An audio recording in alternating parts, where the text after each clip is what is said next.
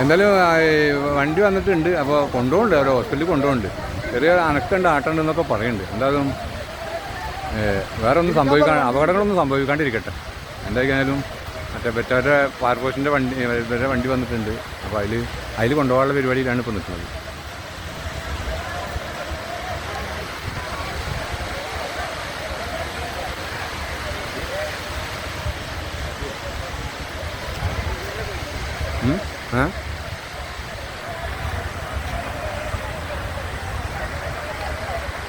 ഇവിടെ ഞാനൊക്കെ വരുമ്പോൾ ഒരു 6-7 ആളും മാത്രമേ ഉള്ളൂ. പിന്നെ ബാക്കിയുള്ള ആൾക്കാരൊക്കെ ഇതൊക്കെ അറിഞ്ഞിട്ട് ഓരോരുത്തരും വന്നു പെട്ടുള്ളത്. അപ്പം നമ്മളിത് അറിഞ്ഞിട്ട് തന്നെ 15 മിനിറ്റിന് ശേഷമാണ് അറിഞ്ഞിട്ടുള്ളത്. എന്തായാലും ആ വണ്ടിയിൽ അവർ കൊണ്ടുപോകുന്നുണ്ട്.